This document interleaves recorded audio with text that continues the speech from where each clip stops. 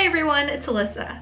First of all guys, I don't know what time of the year you guys are watching this, but actually when I'm filming this right now, it is Friday, January 3rd. So happy new year guys, like 2020.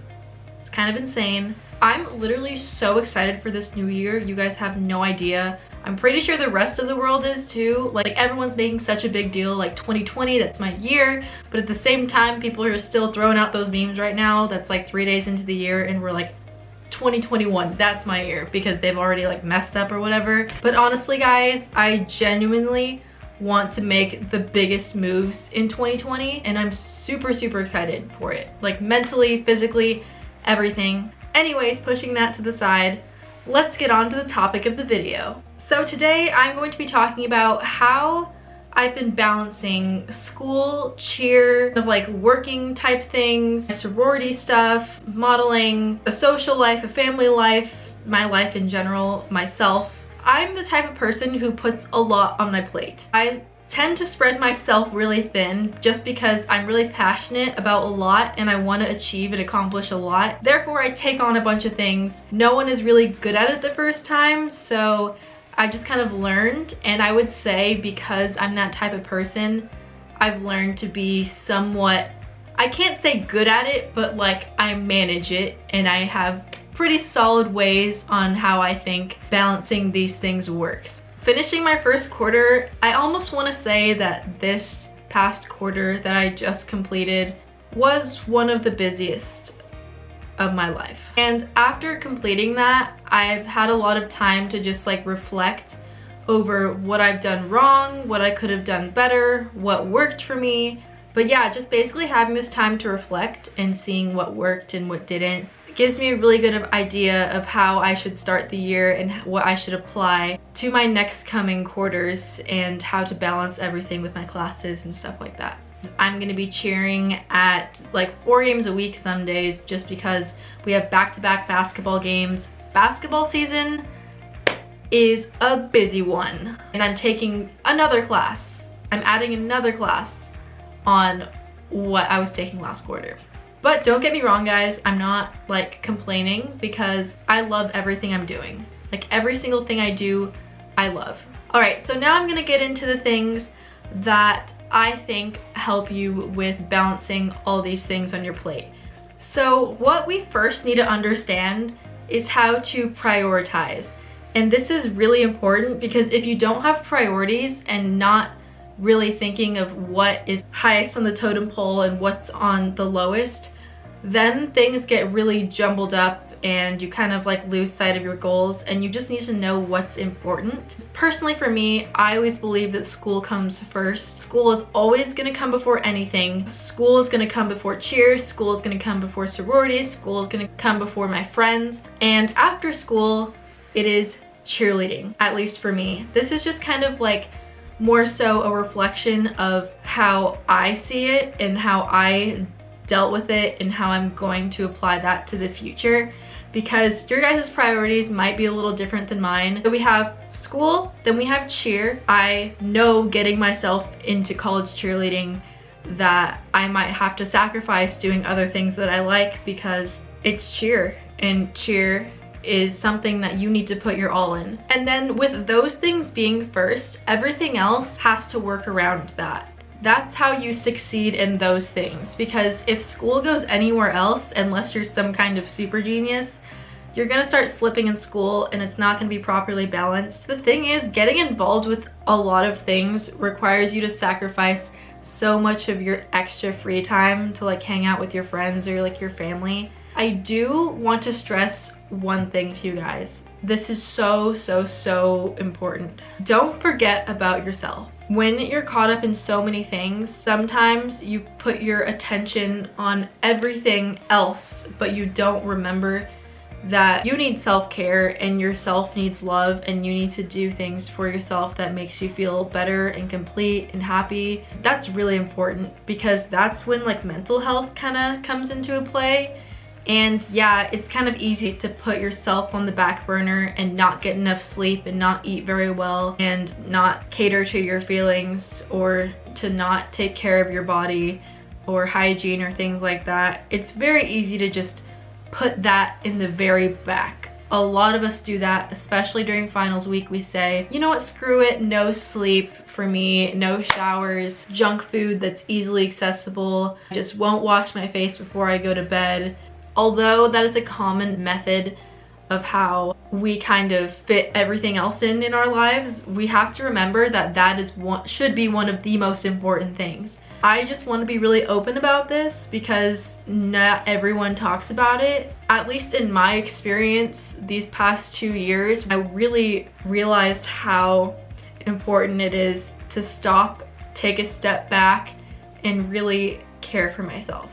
I don't know if you guys watched my last video, my week in my life video. You guys saw that I got that eye infection. As little do you guys know, my immune system was like pretty weak at that point because of how stressed I was. And oddly, the very next day I was done filming, I broke out in a virus. I went to the doctor about 6 other times. It was just not fun because I had this terrible virus all finals week that was just a giant rash on my face, and my hands and my feet were peeling like a lizard. It sounds really gross. I was basically just falling apart a little bit. It was fine, you know, life happens, everybody gets stressed, everyone gets sick, but it just like is a real thing. Like, you still basically only see the highlight reels of what's on social media and what I show and what everyone else on YouTube shows on the camera. Maybe if I was sleeping better or taking a little bit better care of myself, then maybe I wouldn't have gotten a virus. A really good way to stay productive with balancing all of these things you have on your plate, I suggest, and what I love to do, is make goals and stick to them. Write a list of goals, like put it on your desk, put it somewhere you can see it, put it as your phone wallpaper, so you kind of never lose sight of what you really need to be doing. It can literally just take a few times of you deciding to skip class to go do something else, and all of a sudden your A in your class turns into a C. Like, having a constant reminder of what you're striving for is a great way to motivate you to balance all these things. And it can be really hard to stay motivated to do all these things, because sometimes when all these things are just stressing you out, you might just think, why don't I just stop some of them, or why don't I just give up? But you're doing them all for a reason, and as long as you're passionate about them, you're definitely capable of doing it. Sometimes I have to remind myself of like who I am and what I'm capable of, because sometimes I'll just be like sitting at my desk with a pile of homework and a full schedule, and I'll be like, well, why don't I just cut something out? You just have to remind yourself that that's not you. I just had to remind myself that that's not me. I'm not the type of person that quits on something that I'm passionate about. I'm not the type of person that backs down when things get hard. I think that's the mindset that we should have, as long as it's something we love and we enjoy doing it. Don't be that person that backs down. Be that person that reaches beyond their limits and doesn't kind of shrivel when things get hard.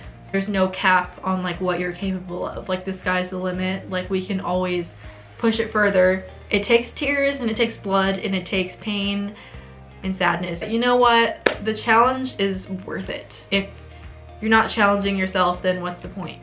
Something that really helps me, I mentioned it in my vlog that I created. I was talking about my last video, but I am a big fan of making checklists. This is either in my phone notes, even in a planner. Guys, I got a really pretty planner for 2020. I got a special Boss Girl pen. It's a Swarovski crystal pen. I just wanted to feel like on top of the world, just like signing and checking off things with my special pen. And this planner is so cool, guys. It even comes with little stickers, and then there's a bunch of different tabs.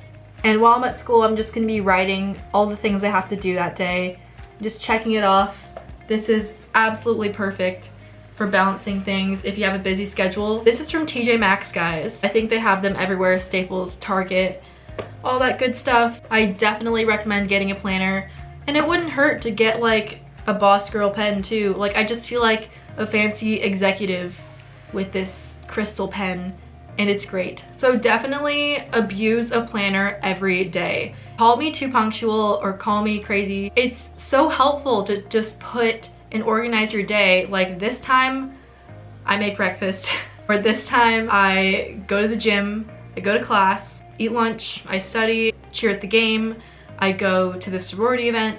That's kind of what my planner is going to look like every day. It just keeps things so much more organized to have something like that. I am going to put a piece of paper here that can fold out, and I'm filling it with a bunch of pictures to create like a collage of a vision board of just all the goals that I want. I have a goal, for example, to sign with this agency in San Diego that is amazing. So I'm gonna put the logo of the agency on the vision board. So that's what I'm gonna be doing, and it's just gonna be nice because every time you see that, you can be reminded of your goals and it will just really motivate you. Another thing is, remember guys to give yourself a break and give yourself rewards. This is really important because sometimes when we're working, we're just like not motivated because it's like, oh my gosh, another day of studying, another day of waking up early. Remember to do things that make you happy. Like if you just get done with a hard test or if you just finish a crap ton of homework problems,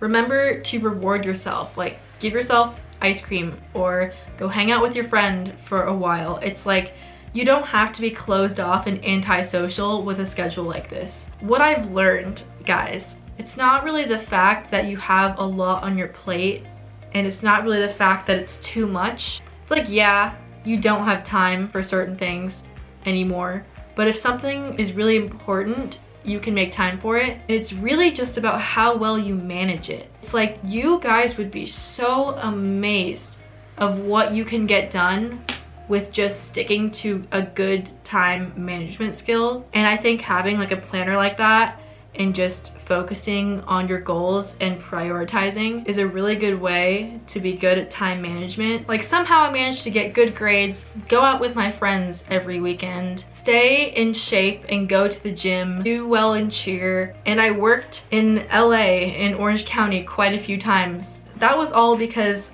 I'm very passionate about all of it, and I was very passionate about fitting it all in. Like I was determined to make it work.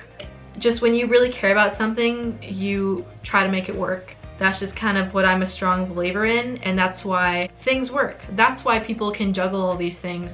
At this point of putting a lot on your plate, there's no such thing as free time anymore. Everything is organized. It's like if my friend wants to hang out with me, it's like, oh, I have a window between this and this, or oh, I can after my game at 9 o'clock at night. Yeah, that's exactly what it is. At this point, when you put a lot on your plate, there's no free time anymore. Everything kind of has to be scheduled if you want to do it and if you want to get it in. And yeah, you can loosen up sometimes. Like, I can't tell you that every single day has been planned to the T, because it definitely hasn't, but it for sure helps to have an idea of what you're doing throughout the day. Another tip, guys, is go to sleep at a decent hour and just wake up really early. You won't believe how much more time in the day you have when you just wake up super early. Call me crazy, but I actually scheduled myself for all 8 a.m. classes. I know that's normal in high school, but like in college, nobody schedules themselves for all 8 a.m. classes anymore.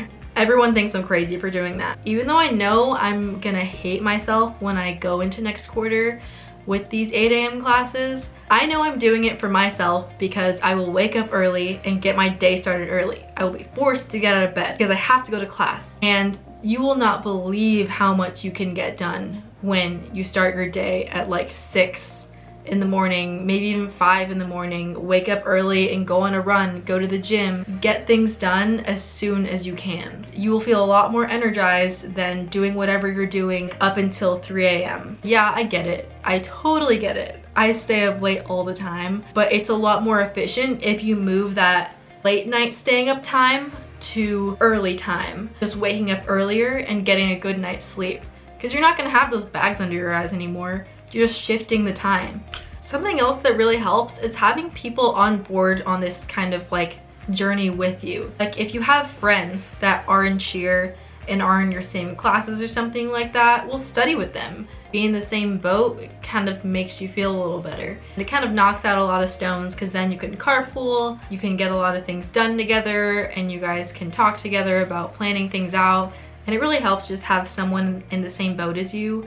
I had 2 friends that were in the same sorority as me and on the cheer team, so it felt really nice to have 2 girls who had the same workload as me and the same exact schedule as me. It made things a lot easier and it made me feel like I had support, which was really good. Unfortunately, they quit the cheer team because it was too much for them. But, guys, I'm not putting that down at all, but I just want to throw this out there. If you are doing something though that isn't making you happy and you're not passionate about it, feel free to like cut that out of your life. Cut out the negative things out of your schedule. Like if you're doing things, if you're involved in things that don't make you happy or they don't benefit you in any way, just remove the things from your life that don't make you happy. Obviously, if it's for school or if it's for some important job, like you kind of have to do that. But I guess this is kind of using my cheer friends as an example. Cheer didn't make them happy anymore. It was making their grades fail. It was taking up all of their social time. And they were sad and they weren't happy going to cheer. If you're not happy, then that's kind of where you can make a decision as to where it's worth it and it's worth your time. You ultimately have to make a decision for yourself. Sorry if this video is obnoxiously long. I kind of had a lot to say about that just because I've had a lot of experience with it. Thank you guys so much for watching, and I will see you in my next video. Bye everyone!